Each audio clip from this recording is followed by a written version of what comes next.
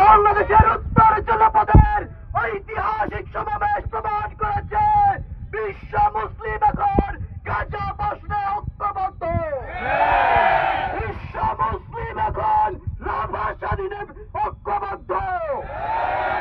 আমরা দেখেছি দ্বিতীয় বিশ্বযুদ্ধের পর আমেরিকা মধ্যপ্রাচ্যের শান্তিপূর্ণ ভূখণ্ডে এক ভূমিপর মুসলমানদের চিরশত্রু ইহুদিদের আস্তানা করেছে।